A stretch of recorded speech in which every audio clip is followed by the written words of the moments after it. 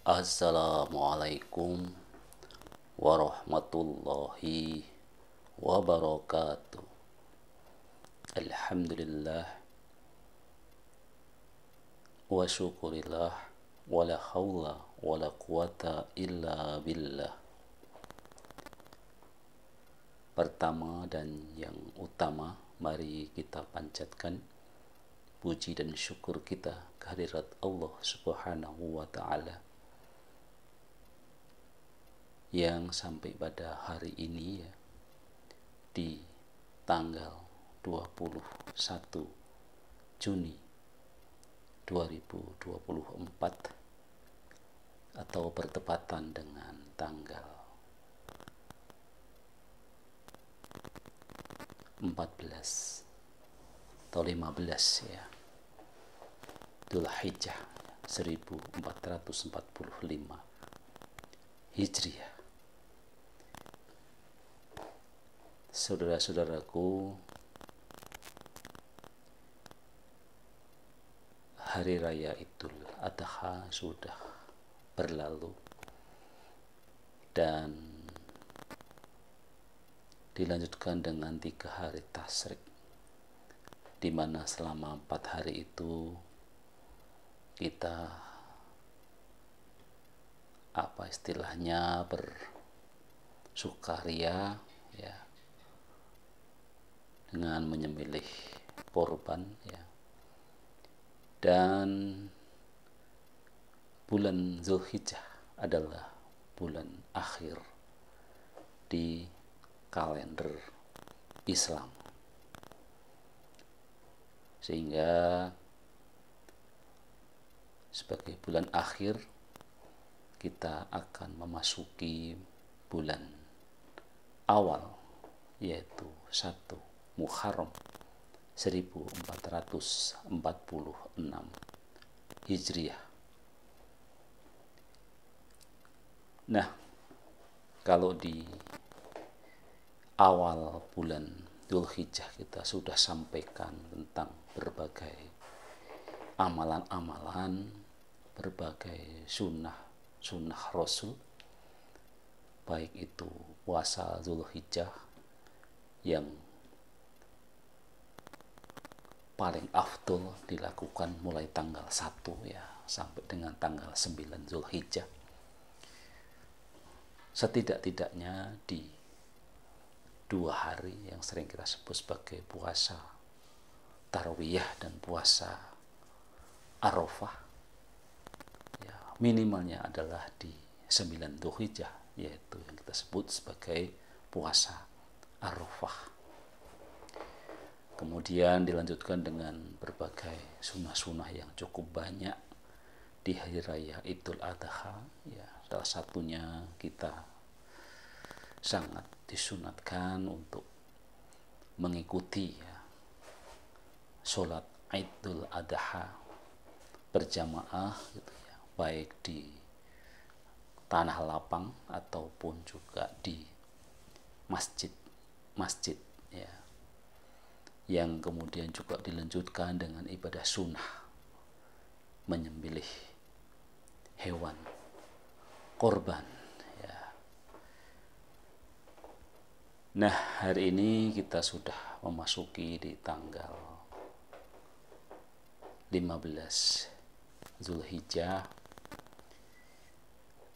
Amalan-amalan apa yang sebaiknya kita lakukan dengan tetap mengikuti sunnah Rasul ya? Tentu sebagaimana di akhir bulan atau akhir tahun ya, karena ini bulan terakhir, sehingga akhir bulan Dzulhijjah adalah juga akhir tahun 1445 Hijriah. Tentu amalan yang paling utama adalah bagaimana kita bermuhasyabah ya, menyongsong tahun baru Islam, merenungkan semua hal yang telah kita lakukan selama setahun terakhir. Namun di samping itu ada beberapa hal yang bisa kita lakukan tentu sesuai dengan hal-hal yang diutamakan atau disunahkan ya di bulan atau di akhir bulan Dzulhijjah ini. Nah, pada kesempatan ini kita mencoba untuk menguraikan sedikit pembahasan tentang 4 amalan yang bisa kita lakukan di akhir bulan Dzulhijjah ini. Yang pertama tentu saja tadi sudah kita sampaikan, yaitu kita banyak-banyaklah bermuhasabah diri ya. Amalan akhir bulan Dzulhijjah yang merupakan bulan terakhir menyongsong tahun baru Hijriyah, yaitu melakukan muhasabah atau introspeksi diri, perenungan diri atas apa yang telah dilakukan selama setahun.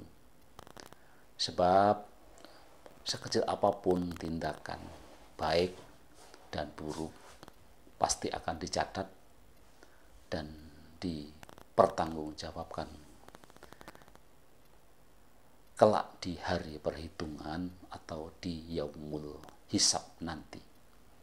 Allah berfirman di dalam surat Al-Anbiya ayat 47, maka tiadalah dirugikan seorang barang sedikit pun, dan jika amalan itu hanya seberat biji sawi, pasti kami mendatangkan pahalanya, dan cukuplah kami menjadi orang-orang yang membuat perhitungan. Ibnu Katsir menerangkan ayat tersebut merupakan peringatan dari Allah Subhanahu wa Ta'ala bagi orang muslim perihal orang-orang musyrik. Sesungguhnya yang mendorong dan menjerumuskan mereka ke dalam lembah kesesatan ya, ialah karena mereka diberi kenikmatan kehidupan dunia dan mereka tenggelam ke dalam kesenangannya. Umur mereka dipanjangkan dalam kesesatannya sehingga mereka menduga bahwa diri mereka mempunyai sesuatu pegangan hidup. Kemudian amalan yang kedua yang sangat dianjurkan di akhir bulan Dzulhijjah ini, di akhir tahun 1445 Hijriah ini, adalah memperbanyak zikir. Amalan akhir bulan Dzulhijjah yaitu memperbanyak zikir. Salah satu zikir yang ringan diucapkan namun berat dalam timbangan amal, yaitu dengan mengucapkan Subhanallah wa bihamdihi Subhanallahil azim. Di dalam kitab Sahihain disebutkan sebuah hadis melalui sahabat Abu Hurairah radhiyallahu anhu yang mengatakan bahwa Rasulullah Shallallahu Alaihi Wasallam pernah bersabda, ada 2 kalimat yang ringan dibaca lisan, tetapi berat di dalam timbangan lagi disukai oleh Allah yang Maha Pemurah, yakni Subhanallah, Maha Suci Allah, wa bihamdihi, dan dengan memuji kepadanya, Subhanallahil azim, Maha Suci Allah lagi Maha Besar. Itulah yang diharapkan amalan yang kedua di samping kita bermuhasabah diri adalah banyak-banyaklah berzikir, banyak-banyaklah bermuhasabah, merenung. Dan yang ketiga adalah puasa Ayyamus-Sud atau siwat. Puasa Ayyamus-Sud atau siwat merupakan puasa sunnah yang dikerjakan pada akhir bulan Hijriyah. Dikutip dari Bincang Syariah, menurut Imam Al-Mawardi, berpuasa Ayyamus-Sud pada tanggal 28, 29, dan 30 dari kalender Hijriyah adalah sunnah. Namun jika dalam sebulan Hijriyah hanya berjumlah 29 hari saja, tentu yang disunahkan memulai puasanya dari tanggal 27. Hal ini sebagaimana disebutkan oleh Imam Al-Ramli dalam kitab Nihayatul Muntaj ila Syar al-Minhaj. Imam Al-Mawardi berkata, disunahkan juga berpuasa di ayyamus syud, hari-hari gelap, yaitu pada tanggal 28 dan 2 hari setelahnya. Dan hendaknya berpuasa dari tanggal 27 sebagai bentuk kehati-hatian.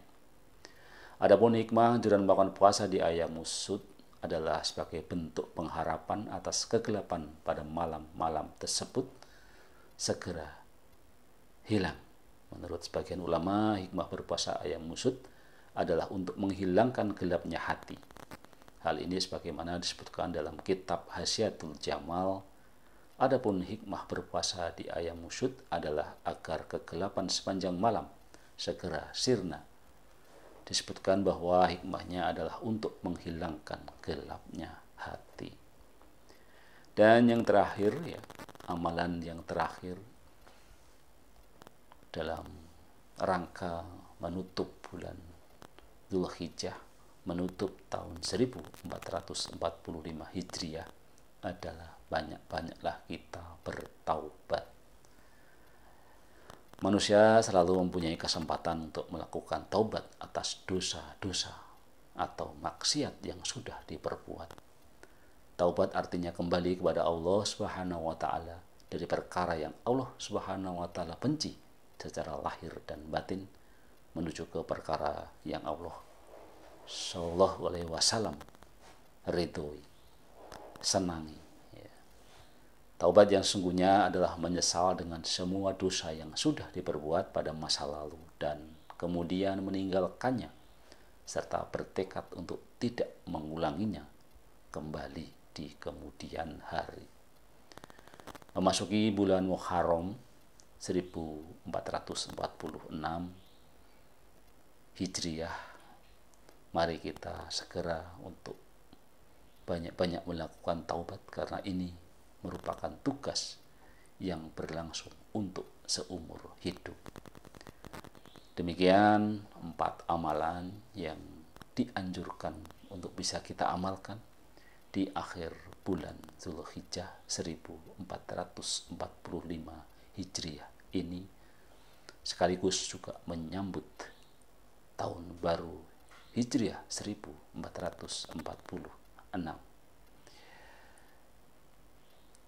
Kami ulangi, yang pertama adalah banyak-banyak bermuhasabah, merenungi diri, banyak-banyak berzikir, ya, puasa di 3 hari terakhir di bulan Dzulhijjah, dan banyak-banyak kita bertobat, ya, terhadap segala hal yang sudah kita lakukan yang sekiranya tidak sesuai dengan apa yang diperintahkan oleh Allah Subhanahu wa ta'ala.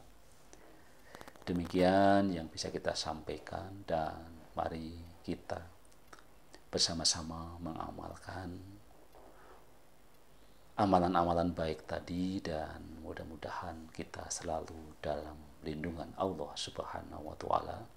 Amin amin ya rabbal alamin. Alhamdulillahirabbil alamin. Wassalamualaikum warahmatullahi wabarakatuh.